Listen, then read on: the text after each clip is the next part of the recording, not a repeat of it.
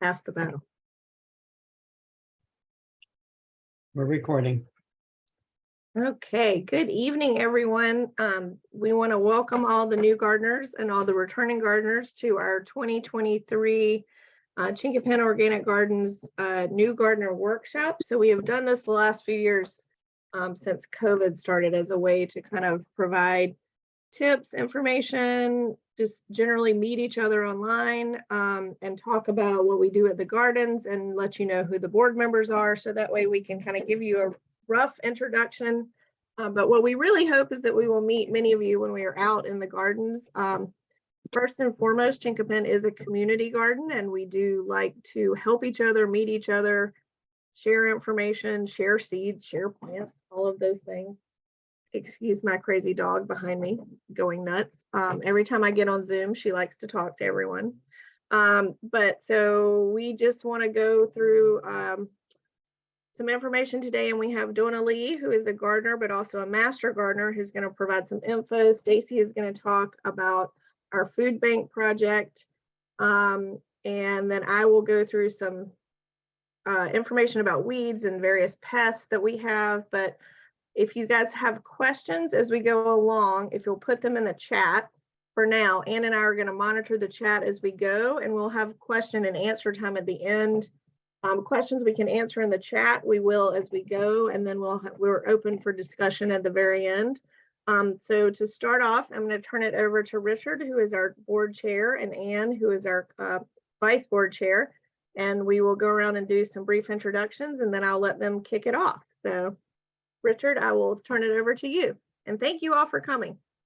Hi, I'm Richard Dorier. I'm the chair of the garden board. We have 8 members on the board that help manage the gardens. The city owns the land and rents the plots to us, and the city. Richard, maybe we could just go through and just let the board members introduce themselves. Okay, That'd be Richard. great.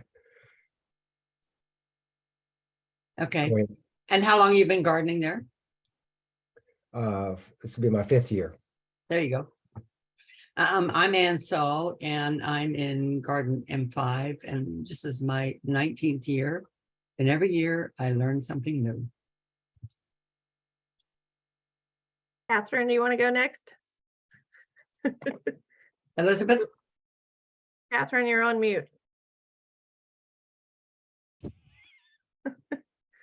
Lori? You're still on mute. Okay, yeah, there we go. I'm Lori. I'm the secretary treasurer. I'm in T1. And she has fabulous flowers. Hi, I'm Catherine Long. I'm in K7. I think I've been gardening about 8 years. And like Ann, I tell you, every year is a new year. And it's lots of fun. It's fabulous. Stacy? Hi, everyone. I'm Stacy. I'm in F5 on the upper side of the gardens. I believe this is either my 4th or 5th year. And welcome to everyone. Julie? Hi, I'm Julie. I'm in C1, and I think I've been around for about 6 years. 6 years. Yep, and I'm right up against the access road, so if you see me, just wave me down. And I see Brad. Hi there. My name's Brad. You know, how long have I been at the gardens, Ann? Longer than most of us remember, Brad. There Maybe you even go. longer than me. I don't know. There you go. Anyway, welcome everybody. Did I miss anybody? Okay. Sorry, Richard. Just go ahead. Well, yeah, I'm at T8 in the lower section of the garden. Anyway, I was just commenting that the city, the board helps manage the gardens with the city, and so it's a mutual responsibility. And I will echo Elizabeth's comment that we are a garden community. We all enjoy gardening, but we also enjoy being with each other and learning from each other. And a little bit of that we'll try to share tonight. So thank you very much for joining us, and we look forward to meeting with you and having the session tonight as well. Okay, do you want to talk about the rules and regulations? Richard, do you want me to do it or? Uh, well, the, the garden, the city has the regulations that are, dictate the rules for us, at the gardens, and they send those out. They sent those out with the invoices for each of you. They also are on our garden website, Chinquapin Organic Gardens website, which has other information as well. So we encourage you to check that out. And also, we do ask all of the gardeners to look at the regulations. We do sometimes they updated slightly each year. But that is how they have rules about what to put in the trash, how to what you can and cannot do, what it costs to have the garden, et cetera, et cetera. So those are important for all of us to follow, and we want to make sure you all check and read those and as well. Okay, I also sent out an email with an attachment of some frequently asked kind of questions to new gardeners at the beginning of the season. It's fairly lengthy also, but if you could just take the time to read through it, I think it'll answer a lot of your questions. Just so you know, we have 22 new gardeners this year, and that is only slightly more than half of the number we usually have. And I think the reason for that is we had a lot less turnover. People are holding on to their plots. People are really getting into community gardening. Quite frankly, there are not enough plots. I think there's probably, I know there's at least a 1-year wait list, maybe even 2. Our garden liaison told me that at the beginning of the season that she saw a real uptick in the number of people requesting plots. So you 22 new gardeners, we're so thankful that you're joining us. And we hope you have a great season. One thing I want to talk about a little bit about monitoring, because that is something that we have to do in order to enforce help the city enforce the regulations. But before I do, I just want to also mention that there is a shed, which is the beige shed about next to the chain link fence about halfway down the gardens. And that shed is open to all gardeners. If you need to get access to it, because there's a lock on it, please email me. Inside the shed, you will find tools that you can borrow, shovels, rakes, pitchforks, you name it, hand tools, some soil test kits, anything you want. We just ask that you return the tools when you borrow them at the end of the day. Don't leave them in your plots, because we want to make sure that they're available to other people, and also make sure you lock the shed back up when you're finished. But having been a new gardener, when I had to go out and buy all these tools to get started, it would have been a godsend if we'd had something like this, so we could go in and borrow the tools and not have to pay for them. So you're very welcome to borrow them anytime you want. The only tools that are not available to you are the gas mowers and the weed whackers, which are under a special lock. And those are for taking care of common areas of the gardens, which we'll explain later on. But anything else, you're welcome to borrow in there. The monitoring, what we do is 5 times a year, in an effort to help the city, as Richard mentioned, we have they have the regulations. They don't have the staff to go out there and monitor the plots to make sure that people are complying with the regulations. So we do that for them. And we have a team of gardeners who are willing to go out 5 times during the season and check the plots. And we'll usually have a dozen or more each time. So it's not just one person who's making these decisions, it's a group. And then we send our observations for each plot to the city, and then they email the gardeners who need to do things like maybe do more weeding. Maybe they've got a plot that hasn't been touched and it's a little bit more egregious. To kind of help gardeners keep up with it. Remember, it's a community and your weeds are going to affect my weeds, my plot, and my weeds are going to affect your plot. So we need to kind of work together. And that's the reason we do that. We have our first session coming up on April 22nd, and we'll have another one in June, one in August, one in October, and one in December. And I sent out an email today to all of those who indicated on their applications that they were willing to participate. If you didn't do that and you still want to participate, just email me. I'd be happy to sign you up. I'll send you the dates and you can choose the one if you want. I guess the next thing is the volunteer hour requirements. And by the way, the monitoring does count toward that. Those of you who opted to just volunteer, who did not opt out, pay the extra fee, you are obligated to complete 4 hours of volunteer time during the season. It's not a lot, but if you don't get on it early, it can catch up with you. You end up with vacations, family obligations, job situations, whatever. So we are working to update the reason for the volunteer work is we are replacing what the city used to do. The city used to mow the common areas. They used to weed the common areas, sort of. They used to do an awful lot of work there that they don't do anymore. We agreed that we would take that on in an effort to keep our fees reduced, which we managed to do for the last 3 years and going forward for another 3 years. And they're much lower now than the city had planned originally for us to be hit with. So we're working to update our list right now of tasks that you can do. And we'll send that out to everybody who agreed to volunteer so that you have an idea who to contact if you're interested in doing volunteer work.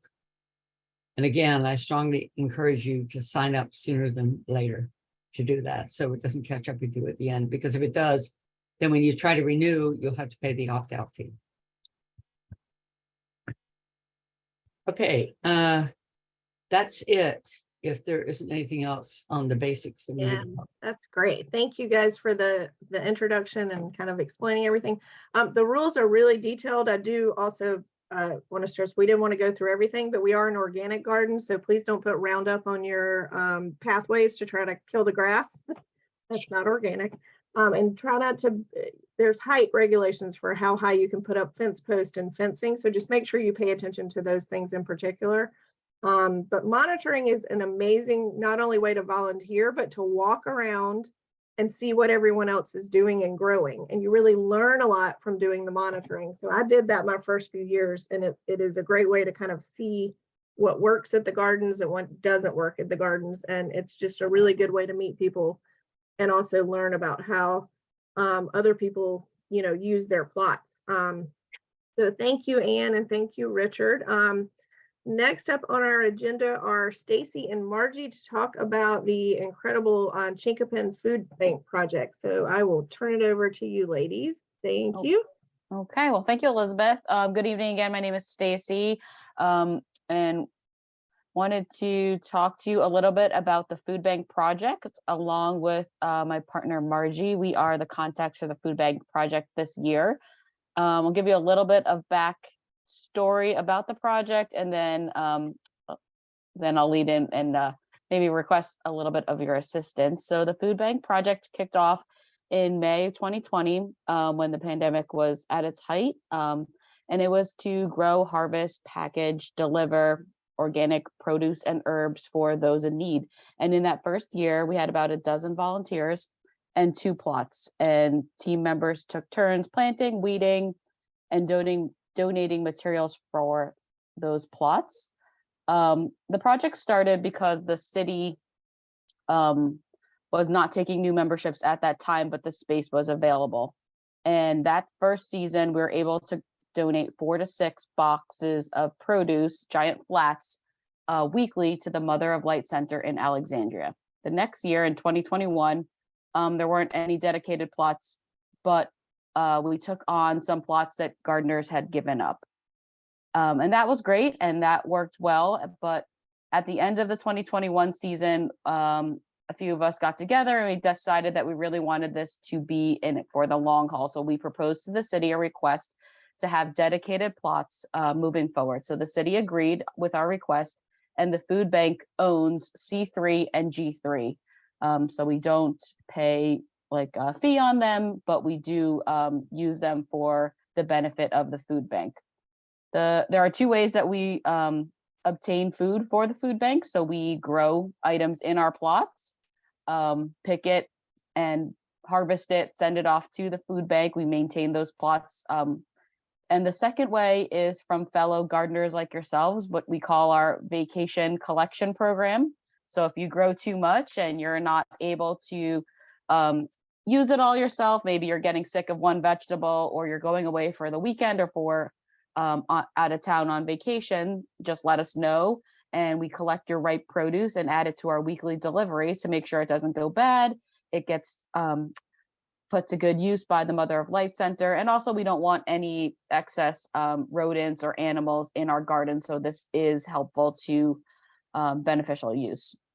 So now that we're going into our 2023 season, this will be the second year of our dedicated plots, and we're looking for your support to make this season even better. So we're looking for volunteers to help in ways big and small. We have a small but mighty group of committed volunteers that meet on Saturday mornings to harvest and produce donations, water, tend to our maintenance tasks. So we're looking for additional members. It doesn't have to be on Saturday. We have, watering, weeding. You can come every week, you can come every few weeks. We're really open to the support that you're able to provide, pending your lifestyle, your schedule, if it's after work in the morning, when it's not hot out, whatever works for you, we're open to that. And so those are some of the ideas. And we're looking for a couple more engaged volunteers to help boost our project. And as they say, many hands make light work. So we're looking for your help on this project. Unfortunately, this does not count for the volunteer hours, but we do hope that you will participate regardless. We are looking to get some more creative options. We're looking at maybe our own little potlucks or socials, bringing in some, ways to thank our volunteers and draw interest to our program. And the food bank has had a large positive impact on our garden community for, a sense of pride and belonging and friendship that we've developed with each other over the years now. So we're hoping to extend that offer to you and hope that you, if this sparks your interest, please be on the lookout for some emails from Anne. We'll have some hard copies of signups, and we also put a QR code on the bulletin boards. And I'll drop our Instagram page for the food bank in the chat as well. So hope that you come out and volunteer with us. Margie, did you have anything to add there? Just a couple of things to add. Forgive my gruff I knew voice. you would. I'm suffering from a little COVID. My first bout in almost 4 years. But here's the thing. We need more volunteers to help make this a sustainable program, right? So but the best part about your vacation gardening, or if you call us to ask you to help with your vacation, we'll water while you're gone. If you're gone in July and you need someone to go water, you'll have us watering for you. It's kind of a nice, mutually, what's that term? Mutual, I have brain fog too. So it's mutually beneficial, right? So please do consider it. Please check our Instagram page. We put garden tips on there from the Master Gardeners of Northern Virginia and other gardening people we follow. So keep your eyes peeled. We'll announce there if we have something nifty going on or if we need more volunteers. And those of you with high school kids and they need to get volunteer hours, someone at the high school that needs volunteer hours or just likes to work in the dirt, send them our way. We love to have kids of all ages involved, but especially strong, interesting high schoolers. That's it. I just wanted to mention also that I know from all the years I've been out there, every single year we have more stuff, more tomatoes, more things at a certain time in the season that we can use. And rather than throwing it away, donate it to the food bank project because it will get used. And if you don't believe me, go out there on Saturday morning when these volunteers are packaging up all this stuff to take to Mother of Light. It's pretty amazing. And Mother of Light is so grateful. Those people are so grateful for fresh organic produce because many of the food banks just give them apples or potatoes. There's not a lot of greens and other things that we can provide. It's quite delightful. Yeah. That charity is a food bank that's in Delray. And so most of the recipients live in Delray. Some of us, I live right next to Delray, so they are our neighbors. So that's another reason we support them. We have food growing in Alexandria, and it's going to Alexandria residents who can use it. Yeah, it's an incredible program, and thank Stacy and Margie for running it this year. It's provided so much goodwill to the community, and that's what we're all about. So thank you If for I can- if I One can more interrupt, comment. oh, just Brad, wanna- yes. Big I props just want- to our substantive technical leader, Donna, who you're going to be hearing from very soon. So Donna, we couldn't do it without you. Thank you so much. Brad, did you have another comment? Nope. Okay, thanks. Okay, so we are Elizabeth. gonna, yep, Do you see the comment? Do you see the question in the comments? I do. We're gonna take them at the end. So Okay. yes, I did see your question. We're gonna take them at the end. So keep putting questions in the chat. I So just we wanted are- to throw in though, Yeah. because it's adjacent to the volunteering, that there is a reporting site to report them. If you can update that monthly, that would be massively helpful instead of waiting until the end of the year to Right. report that. for the volunteer hours, right? Yes. There's a Yeah. way we report. And again, the food bank does not count towards the garden volunteer hours because the food bank is a separate project from the garden. It is adjacent. But there is Ann will send, when we send the volunteering list, which is the grass mowing, the weeding, the watering, all those other things, there's a way we record those through a Google form. So, but do keep track of that throughout the year. Ann is correct. They will catch up with you in August, and then you are in a flurry trying to get them done. So, so thanks for that reminder, Julie. So we are going to turn this over to Donna, who's going to go through the Virginia Extension Services and Master Gardener Services. All of these links are in the agenda that we sent. I will keep putting them in the chat as well. Just so you have them, but they're in the agenda in the email. And Donna, I'm going to share my screen with your slides. And we will kick this off, hopefully. And just let me know when to flip. So I've been in the garden since 2016. I had to count on my fingers to remember. So that's 7 years. And I helped with a friend in the garden a few years before that, until she forgot to pay for her plot and she lost it, and then waited 5 years to get a plot. So it's very good turnover now for getting a plot in the garden. So I've been an extension master gardener since 2017. And so basically right around the time I sort of came into the garden. So if we go to the next slide.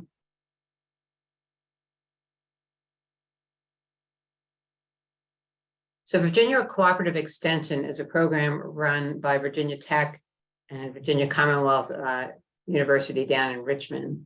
Master Gardeners is the volunteer arm of Virginia Cooperative Extension, and we serve Arlington and Alexandria.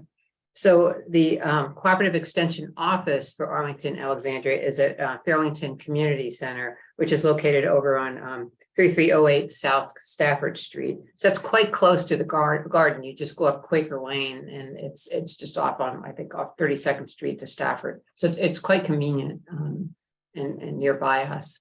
So the volunteers focus on spreading basically the science that comes out of the universities to what used to be farms and now is urban agriculture. So like us, like home gardeners.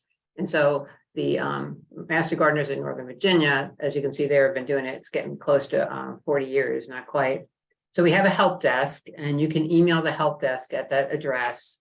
And if you have a problem in your garden, you find a bug, you find a disease, you just have a basic question, you can send them an email. They always respond. And if you have pictures, if it's something like a disease or a bug, the best thing to do is provide some good pictures because that always supports any descriptions that you might provide. We also have plant clinics at the Arlington Farmers Market, at the Old Town Alexandria Farmers Market in Del Rey on Saturday mornings. And so that's nice. You can actually go there and meet master gardeners in person. And again, you can bring a diseased leaf, or you can bring your question, you can bring your insect in a jar and show it to them, and they will help you. They also can help with things other than gardening. They can help with lawns and landscaping and things like that. And they also do a plant clinic at the Arlington Central Library on Wednesdays, starting this month. Actually, I did a class for them on growing tomatoes last week. So they have all different things. Then there's virtual classes. And so at that link there, you can find all kinds of classes that have been recorded. The one good thing about COVID, if it's a good thing, is that we switched from in-person classes where we were training 25 to 30 people maybe to classes where we sometimes get 200, and not everybody's even from Northern Virginia. They're from all over the country, actually. Then the other thing is we have a demonstration garden at Potomac Overlook Park. That's an organic vegetable garden, and you're welcome to go there and see what's going on in person. And it's actually open, like it's not locked. So you could really go anytime, like on the weekend, to go take a look. And they donate the produce that they grow there to the Arlington Food Bank. We have a website, mgmv.org, all kinds of good stuff's on there. I'm going to point out a couple specific things. And one last thing is, if you're going to search for information on gardening, we suggest that you add that phrase site:/.edu or site.gov so you get authoritative information. So next slide. So here's a couple of free places that are probably really worthwhile for us as home gardeners. Between the Rows, that's where we on a monthly basis talk about what to do in the garden and when to do it. And there's also a special section below. It's a kind of a long page, but below that is by month, what kinds of bugs are going to come out. And so, for instance, such and such bug in June, you'll see a lot, or Mexican bean beetle on beans, and how to deal with it. And so that's very handy. And if you're definitely a new gardener starting out and you're not quite sure what you should do when, this is organized really well. Then we have a vegetable gardening online resource page, which has lots of different information. It can be a little bit overwhelming, but if you're looking for something, you could try that, or you could do a search on the website itself. And then lastly, we have a ton of classes that have been offered. This year, Fatima, one of the gardeners at Chinquapin, did the Intro to Vegetable Gardening class, and that is now available online if you go to that link there. And that's a 2-part class. I just did a class on advanced vegetable gardening a couple weeks ago, and that will be up shortly on that website. But there's something on seed starting, there's something on soil improvement, there's sort of a wide range of topics that you can find. And they typically run about an hour and a half each one, but you can fast forward and they sort of break it up so you can go to specific sections of it. So that's, I think, a pretty valuable resource if you're a little unsure of yourself. So we can go to the next one. So just so everybody knows, if you're a new gardener in this area, we're in zone 7A and B of the U.S. Department of Agriculture plant hardiness map. And what's really nice for us is we've probably are going to experience our last killing frost this coming weekend, maybe a week after. The way it's looking right now, we may have already had our last killing frost. So that's when the weather goes under 32 degrees. And typically in our area, we don't get our first killing frost until the beginning of November. So that means we have a growing season nominally of 180 days, but really it goes out to about 210 days. So that means we have a long time in which to grow vegetables, which is really nice. The downside of our area is we have really hot summer days, and we seem to be having a little bit more of these days over 90 degrees and more of these nights over 70 degrees. And that will impact some things like tomatoes and peppers. So I'm just going to tell you that now. If you find green tomatoes on your plant and they're not ripening, just be patient. It takes time. We have to wait for the temperature to go down, and then you'll get them ripening like gangbusters. Lastly, typically the average rainfall is 40 inches. That's over the whole year, the average. We sometimes have been known to get 6 inches in a day, 3 inches in a day. So you really have to keep an eye out and see if we've gotten a huge rainfall, you may not have to water for a week or so, but if it stays really dry, sometimes we'll have a dry month, you want to pay attention because really the garden needs to get about 1 inch of rain a week. Since we have these clay soils in this area, what happens is the water can sit on top of that clay, and it can end up rotting your plants if we get a lot of rain, and then you continue to water on top of that. But just because the top of it looks dry, stick your finger down maybe to the second joint at least, and if it's dry down there, you might want to water. I personally like to get a moisture meter and a rain gauge so I can keep track of how much water we're getting and then how my soil is holding the water. So inexpensive things that kind of help you just have more effective gardens. Next slide. So this planting chart can be downloaded at that link there. It's really phenomenal. If you go down the left side, it's all up. It's not every vegetable, but many vegetables that you can grow in this area. If it's got a little asterisk next to it, you don't plant seeds directly in the garden like tomatoes, peppers, eggplants.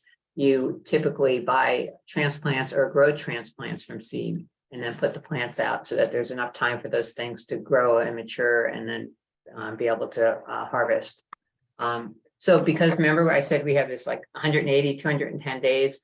Some of us are actually planting lettuces and spinach right now. I've been harvesting spinach since last fall actually in my garden. And then later in the fall, we can again grow some of those things. But the main thing that people like to grow are sort of that middle bottom area, the tomatoes, the peppers, pumpkins, squash, potatoes. So you can download that. On the flip side of it is a list of some of the garden chores just in like kind of a simple format. So I highly recommend. It's kind of handy to have when you're starting to plan your garden. Next. So this is a nominal schedule for our area. So here we are in March, early April. So this is typically what you're going to be doing. What it probably should say there, since we're in the community garden, is for March, early April, we should be weeding because we're starting to get the spring weeds come in. And what you want to do is if you see flowering, you definitely want to weed them before they go to seed, because one weed can make 1,000 seeds, some of them.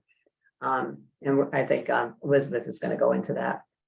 So, and then we're starting to now plant the cool weather crops. So that would be the lettuces and the spinach and the kale and such.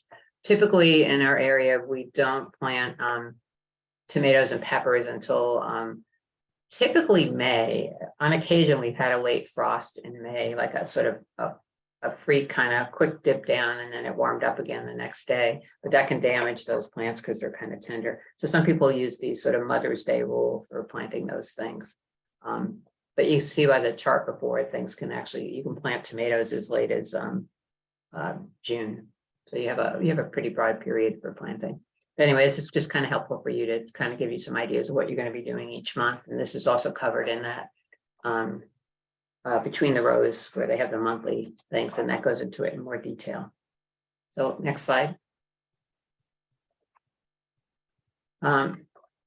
So these are the best management practices. I'm really going to just mostly talk about those first three in terms of needing to test your soil.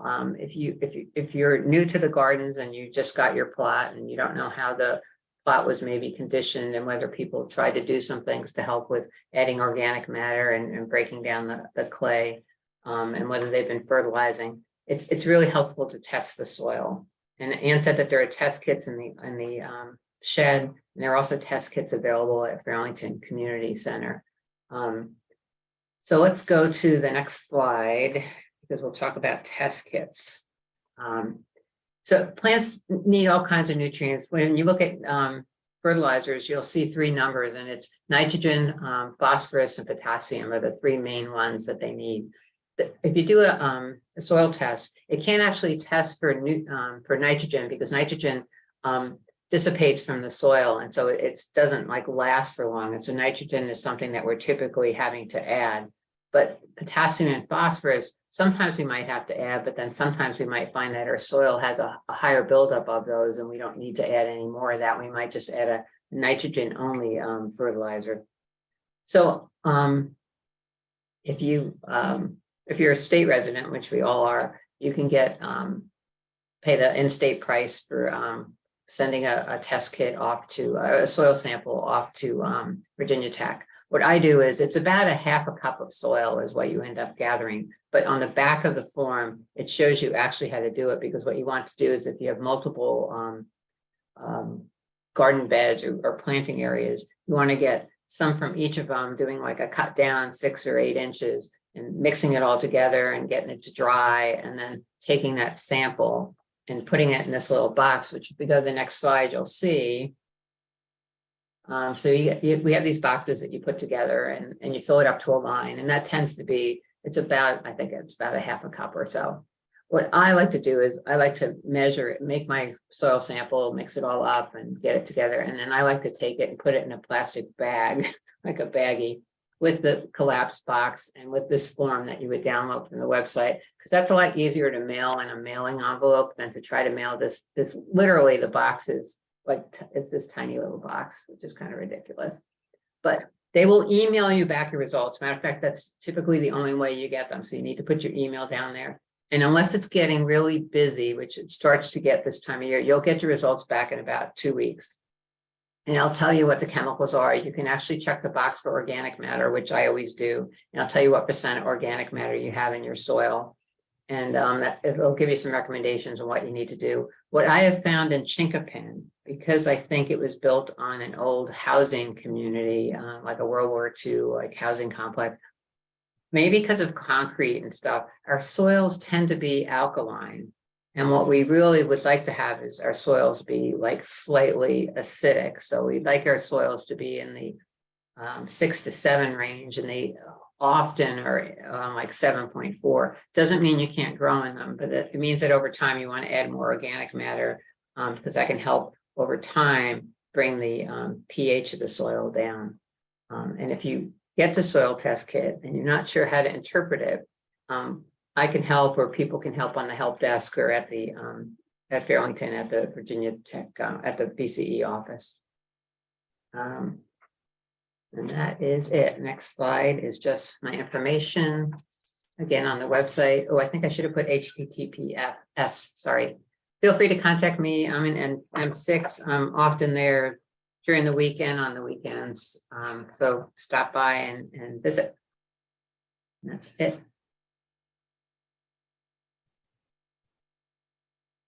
Thank you so much.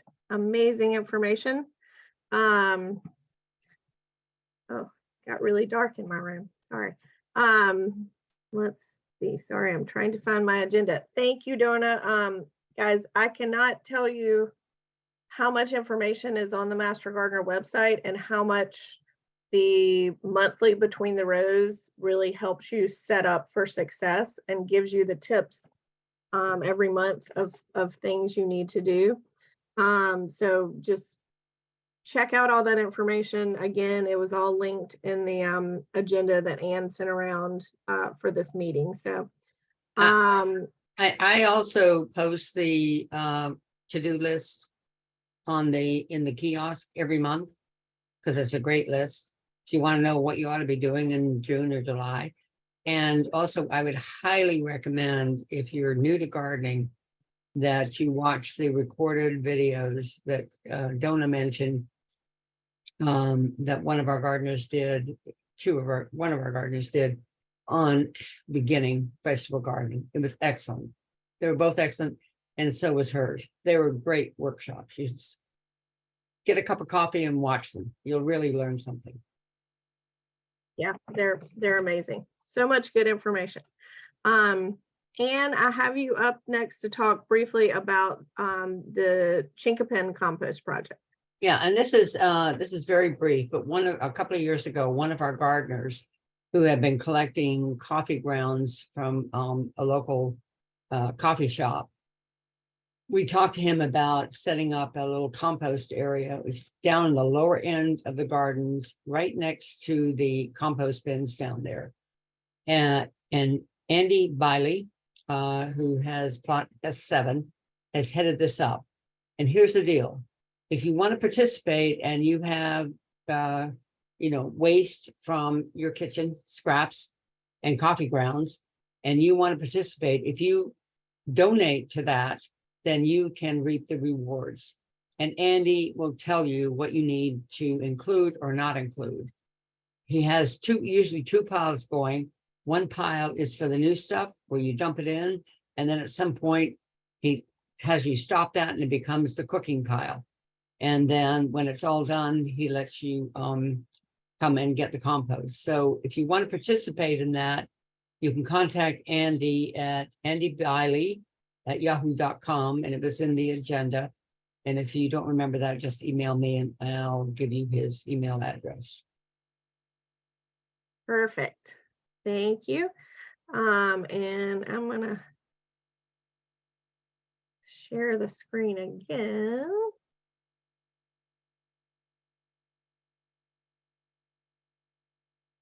I think, here we go. Okay, so I am briefly going to talk about our favorite thing, weeds, bugs, pests, and things that are annoying in the garden. So these are Donna's slides, so I appreciate her sharing them with me.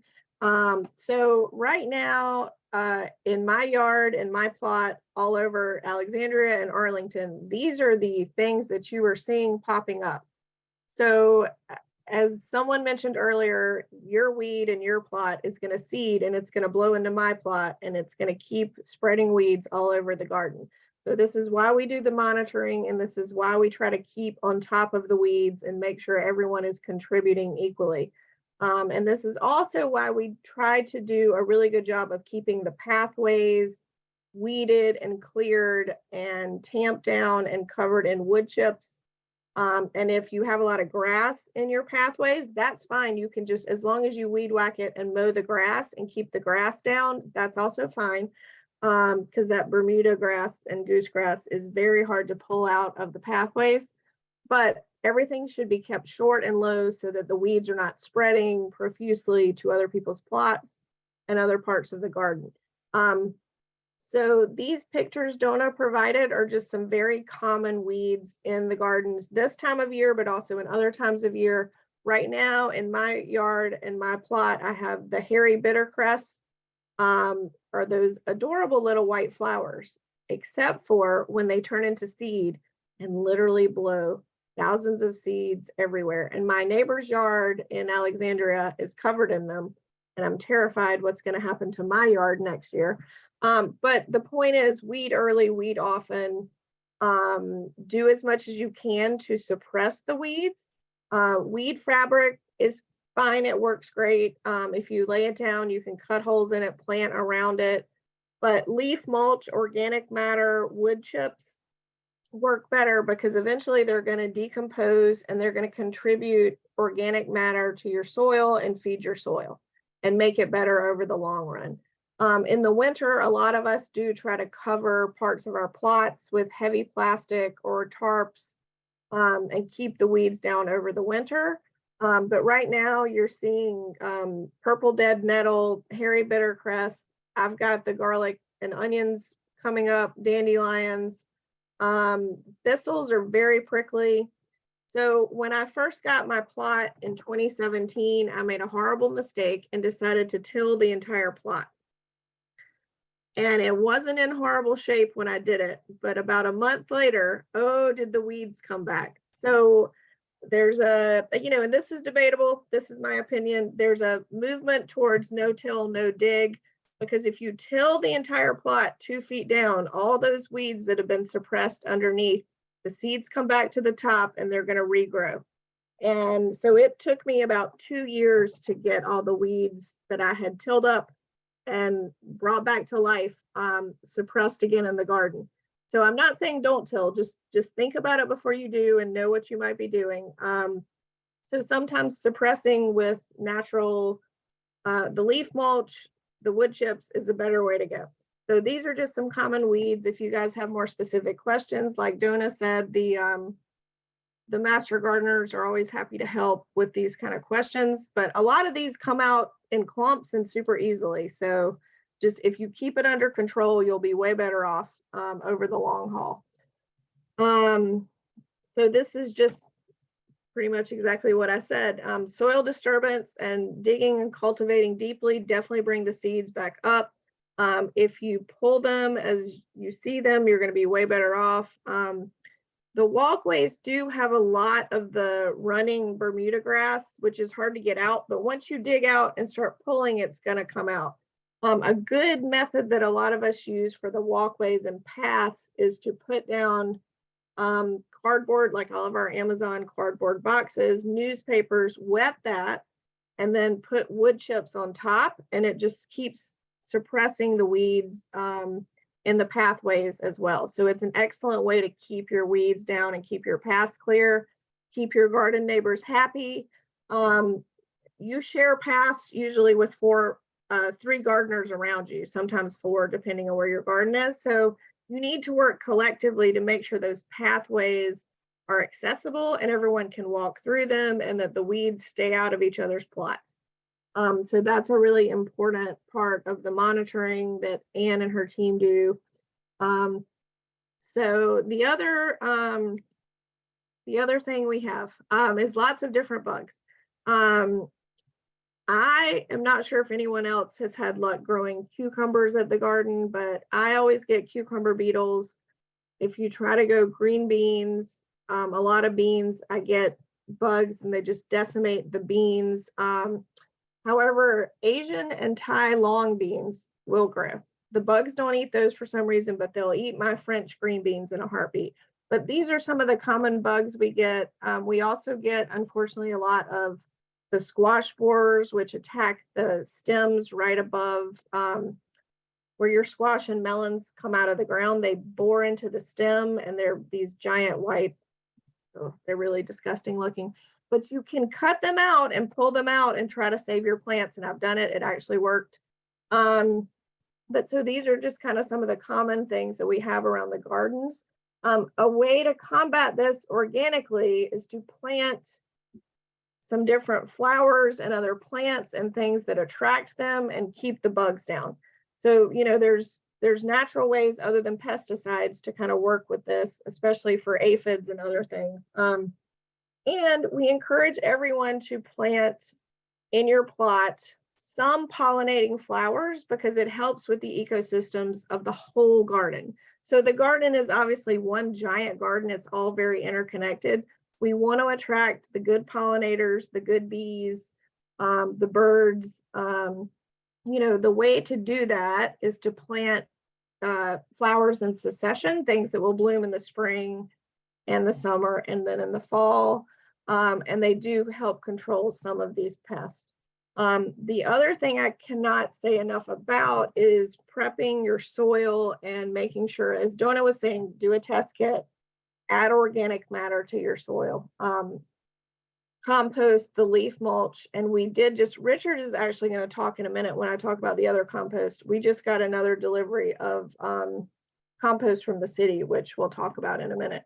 But some of the annuals that tend to do really well, and you can grow these from seed. Seed packets are incredibly cheap. Also, I believe at Fairlington, and Donna, correct me if I'm wrong, and Kirsten Conrad, the extension agent, will be at our April 29th picnic, and she usually brings a giant box of seeds, and they're free. But also at the Fairlington Community Center, they usually have free seed packets. So you can grow cosmos. Yep. We have some seeds, but we aren't getting the thousands of seeds that we used to get. But people may be able to go and find something if they go during the hours that Fairlington is open, or maybe maybe at the picnic. Yeah, So it's not as good as it used to be. Nowhere near as good as it used to be. Yeah. So they used to get all the seed companies would send the year afterwards all the extra seed packets. But anyway, you can acquire seeds many places. Many of us have seeds we would love to share because I have a bunch in my refrigerator, way too many. But all of these things grow really well from seed. So give it a try. Also, there are a lot of native coreopsis coneflowers, perennials that will come back year after year. Do think about where you plant them in your plot, because you probably want to put them somewhere that you're going to have enough space for them to grow. So that's definitely a big consideration, but that is just some general tips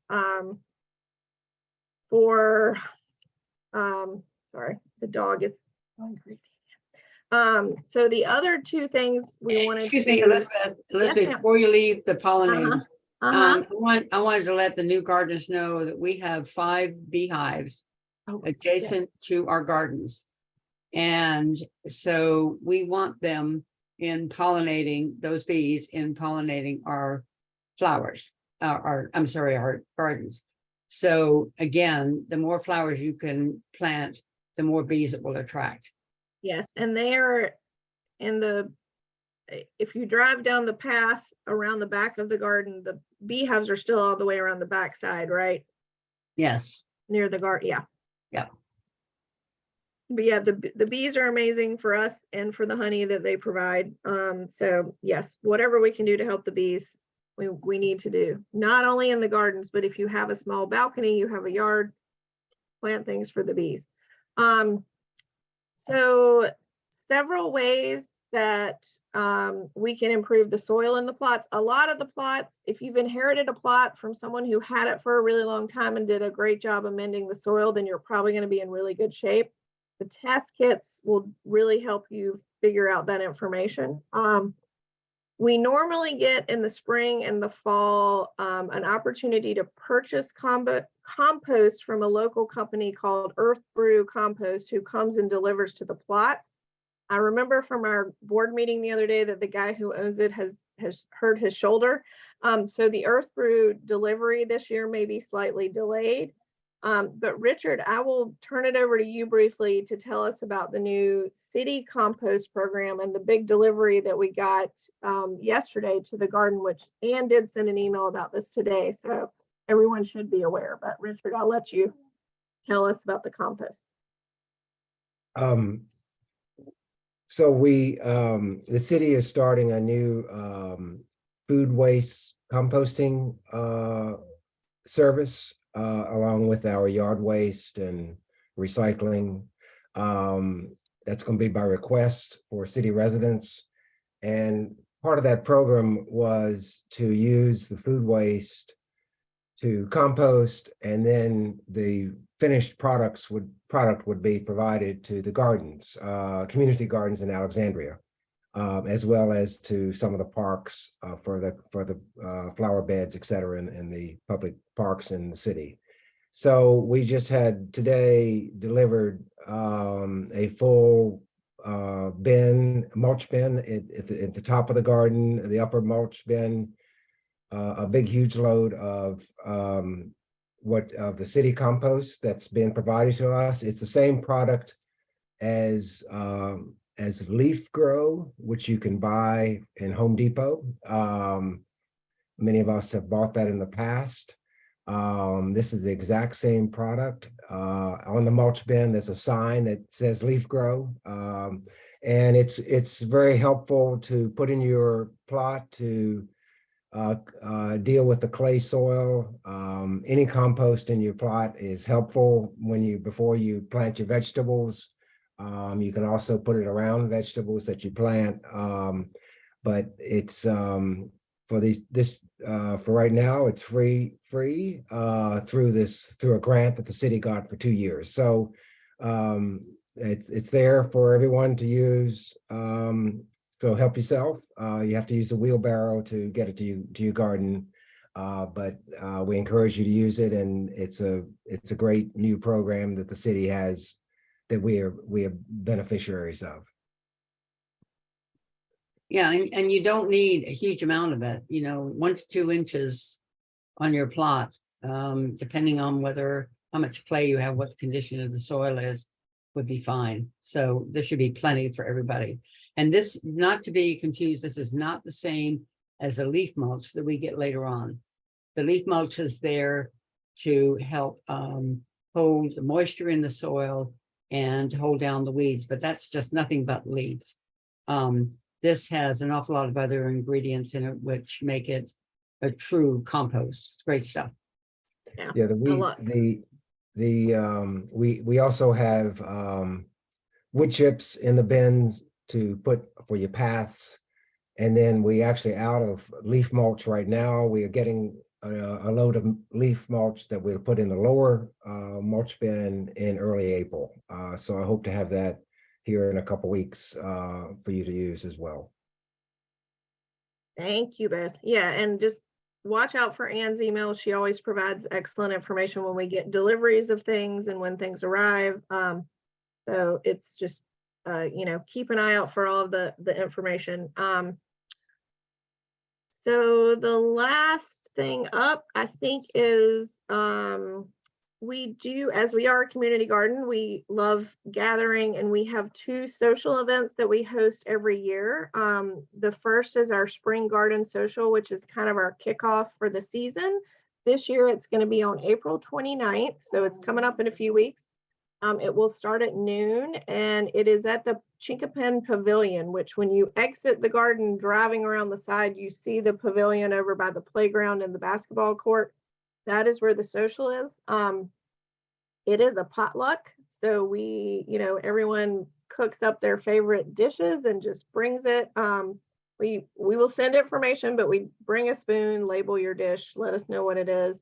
And Anne, I've just remembered that we started the recipe thing for the website and we never finished and followed up. So I'll follow up with you, but we did try to start a way to collect Chinquapin recipes and list those on the website. So we'll get that up and running so that for the spring garden social, everyone can contribute their recipes and we can collect those and then everyone can share. The summer picnic, we've had a little hiccup this year. It's usually at the same pavilion, but the city is renovating that pavilion. So Richard has talked to the people at the rec center, and Richard, is it going to be August 12th instead of the 19th? So we have a room at the rec center. Okay, so mark your calendars and save the date for August 12th. The summer picnic is amazing because it generally features all the tomato recipes, all the squash recipes. We have a tomato competition, so you can win best tomato, smallest tomato, best tasting tomato. So there are lots of prizes. That is also when we give out garden awards. So some of the master gardeners led by our extension service come around and judge the gardens in August. And we do have a series of garden awards that we give out every year. So it's nice just to have a little recognition for all the weeding and hard work that everyone does. So I think that is the end of the agenda, but we can, at this point, I do see there are a few questions in the chat, and anyone on the board and Donna and everyone else who wants to chime in, and Anne has definitely been answering some of these as we went along. So let's. Yeah, there are a couple that I didn't answer because I thought it would be worth sharing with everybody, and maybe Donna would be best to answer this. One of them had to do with rotation, crop rotation. Gardener wanting to grow tomatoes and banana peppers this year, but knowing that they both need to be moved every year, they're going to be using raised beds, and they just want to know about crop rotation. Donna. Crop rotation is a little hard for us to do in our gardens because they're small, and it depends on how much you like to grow. Tomatoes and peppers are from the same family, and so you can't actually swap tomatoes and you're not supposed to, in a crop rotation, swap tomatoes and peppers because they would attract the same bugs that might overwinter and some of the same diseases. So that means, yeah, I'm sorry, I didn't make it clear. The gardener understands that. It's just, she's just talking about crop rotation in general. Yeah, so Donna, I can ask. So the question is I think this is spurred by our conversation. We heard you talking with Sharon at yesterday. I met you at the plot yesterday, but we were going to put tomatoes and peppers in one raised bed. And we want to know if we should start them in the same raised bed or start them in separate ones. So then the next year we swap beds, or if we can move them together to a new bed. Does that make sense? Yeah, you can move them together to a new bed. If you took one bed and did all tomatoes and peppers, or Mhm. all tomatoes, and the other one all peppers, you have nowhere to swap, Okay, right? yeah, 'Cause- because they're the same. Okay, great. Yeah. Thank you. And then make sure you get rid of any, if stuff is diseased, if you have a problem with diseases, then you have to worry a little bit more. But if it's okay at the end of the season, just get rid of all the plant debris, and as you go along, if you cut off any yellowed leaves, just throw all that out in the trash, not in the yard waste that gets turned into compost. I will mention that there are some gardeners who don't rotate at all. I mean, we have such small plots, it's difficult to do. And Well, they pretty don't much- rotate. Pretty So- much you want to make sure you replenish your nutrients, and so Yeah. that, like, if tomatoes are a heavy feeder, you want to make sure that the Right. bongi or whatever goes in there.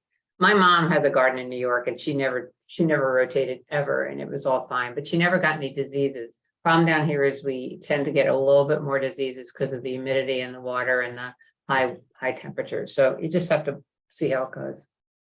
Yeah, and Thank we you. do get, I mean, every year I get blight on my tomatoes. I mean, I water, so there are a lot of tips for this, and I read this on the Master Garden, don't get a sprinkler and water the tops of your tomatoes. You just need to water the roots.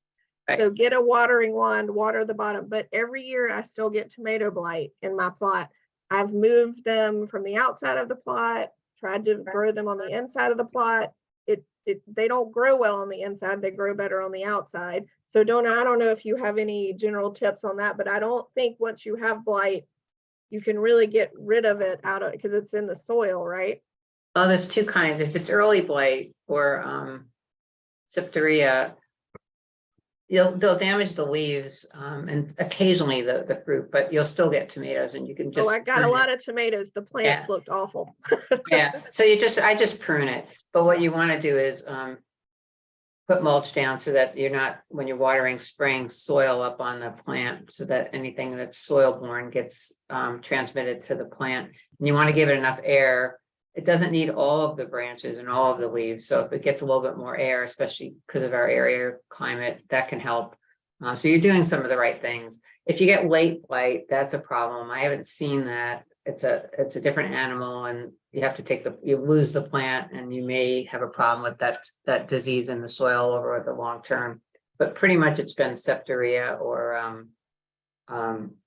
early blight. that we've Yeah, seen. it's definitely the early. So we trim it up, and then Yeah. so you're all gonna experience some version of this, but Donna is very correct. If you have something that's diseased, please throw it in the trash can, not the yard waste bins, because anything with disease, we want to go in the trash, not to be recycled by the city in the leaf mulch, because we don't Yeah, want to spread disease everywhere else. So, Related to the mulch and the idea of putting down mulch underneath your tomato plants so that the soil, when you water, doesn't, the pathogens don't rise up and hit the plant.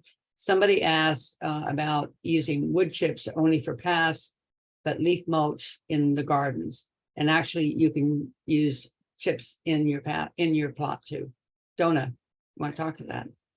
Well, we're actually doing a renovation of the food bank plot. We did one last year where we actually overwintered the plot by covering it with the whole plot with 6 to 8 inches of wood chips, and then covered it with a nitrogen source to help the wood chips break down. And then we tarped it. And we did that in G3. If you go look at G3, we did that last year, and we got great harvest. So what happens is, just think of the forest, right? If a tree falls, eventually it breaks down.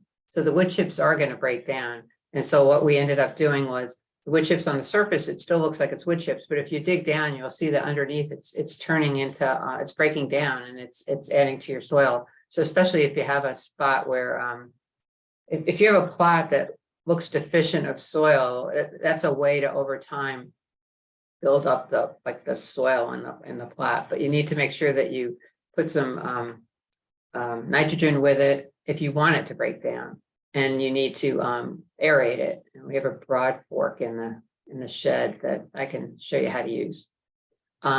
But I use it all the time in my paths. I don't use it too much on my beds unless I'm trying to do something like that. It's not a bad thing though. I mean, you can use it. It'll break down. over time. And like in my past, it breaks down and I just put more down. I just tend Yeah. to use it that way. And you'll notice if you, I would also suggest to the new gardeners to walk around the gardens and look at other people's plots.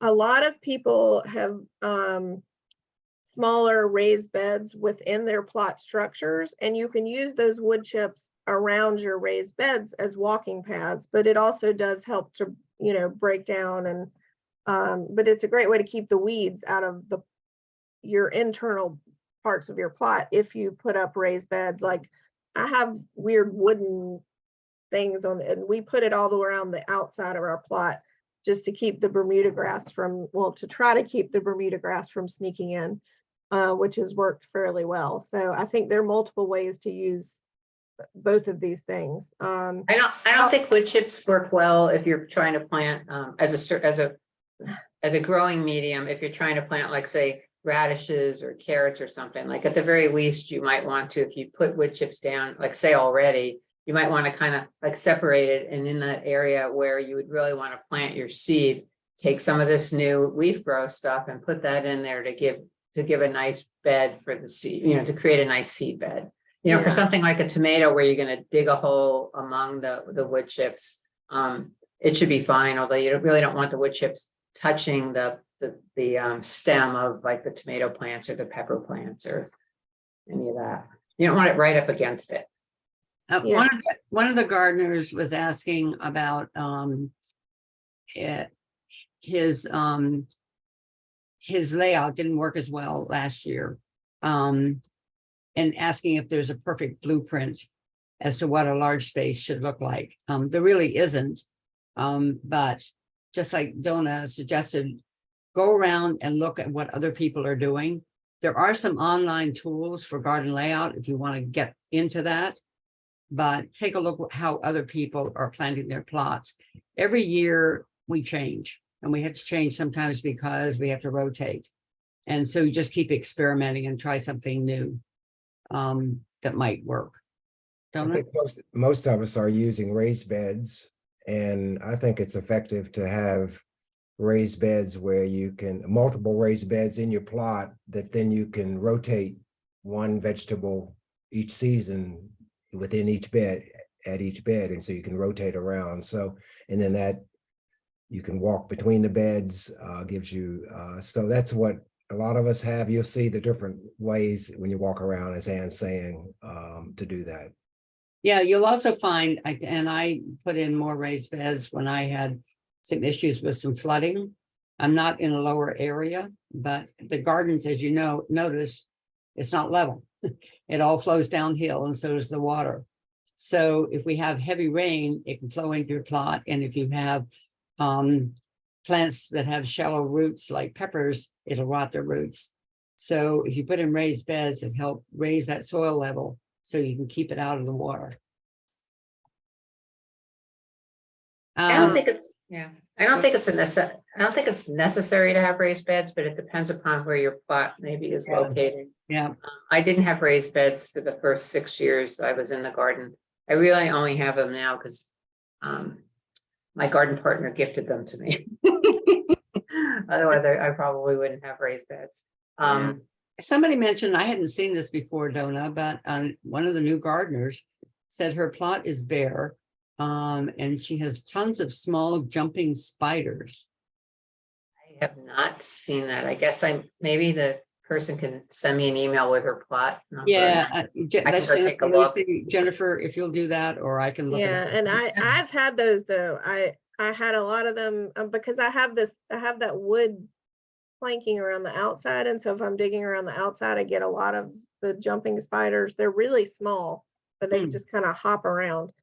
I think they're harmless from what I can tell. I hate spiders, but they seem harmless. They're outside as long as they're not inside. But yeah, Jennifer, if you can take a picture and send it to Donna or the Master Gardeners just to double check. But I've never seen them. The person that had a problem with their plot layout, I'd be curious to meet, just to come by and look, because I don't understand when you say it didn't work. Like what does that mean? You know, what does that mean? But I we gotta do- go because it's Okay, no, you're good. Thank you for Okay. helping us. all Thank you right, for but I'm all the- happy to. those- Yeah, Yeah. there was a question about deer, Yeah, and Somebody answered. yes, we have deer.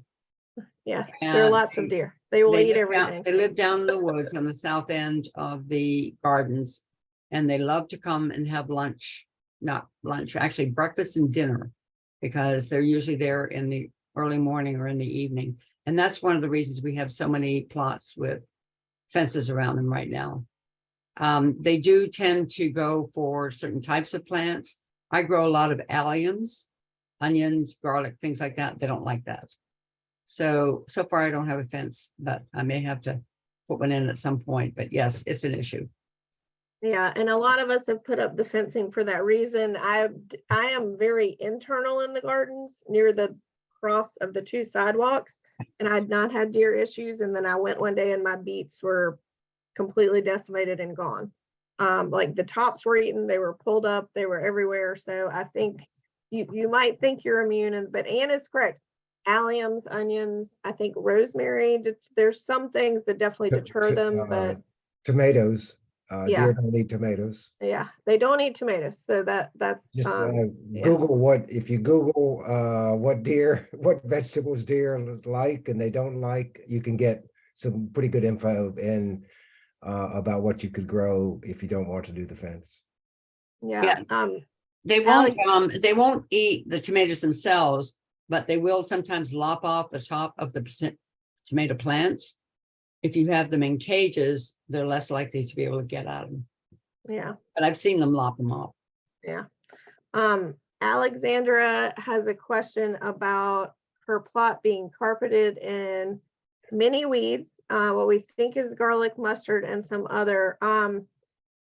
The best way to tackle that is probably to cover some parts of it with a heavy plastic and try to keep digging it up as you go along. It is tedious and there's no great way to do it, but the more you can pull out and pull out from the roots, you're going to be better off for the years to come. And it's a lot of work to begin with, but it pays off in the long run. And it's a huge pain. But if you want to plant something now, I would clear out a 3x3 space from the weeds. See if you can bribe some friends to help you, and you will give them, spinach and arugula and all the spring vegetables in the meantime. But really you just have to get in there and do the hard work. We've all done it.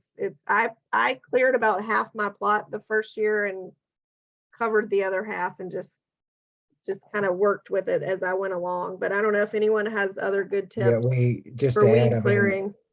all of us who inherited, typically you get a plot and it hasn't been worked very well, that gardener has left. And so there you are stuck with a plot that has a lot of weeds and needs a lot of work. And so usually don't get discouraged. The first year is often trying to get your plot better, the soil better, and doing a section at a time is a good way to approach it. And that's, we all have done that, and many of us, and then it gets better as you proceed. So, but it does help to do sections at a time, as Elizabeth's saying. Yeah, like Alexandra also, I would suggest when you're getting your weeds out, don't just pull them. You need to get a weeder that looks like a screwdriver or a hori-hori knife, which is a Japanese garden knife, and dig those roots out. All the way down, because if you just pull them, it'll break them off and they'll grow back again. And then if I might add, she also asked them, what do I do until I plant to keep them from coming back? And that's a great time to use some of that new compost. And on top of that, some of the leaf mulch that will be coming along, or get some, put a mulch there, a light one that will prevent those weeds from coming back until you're ready to plant. Might be my suggestion. Yeah, and also there's the weed, if it's depending on what the weed is, I mean, Ann is correct, you got to get it all the way out of the bottom. But if it's the dead nettle and some other things, they come out in bigger clumps than you're gonna think. The garlic mustard is really awful. I had a lot of that too, so I'm sorry.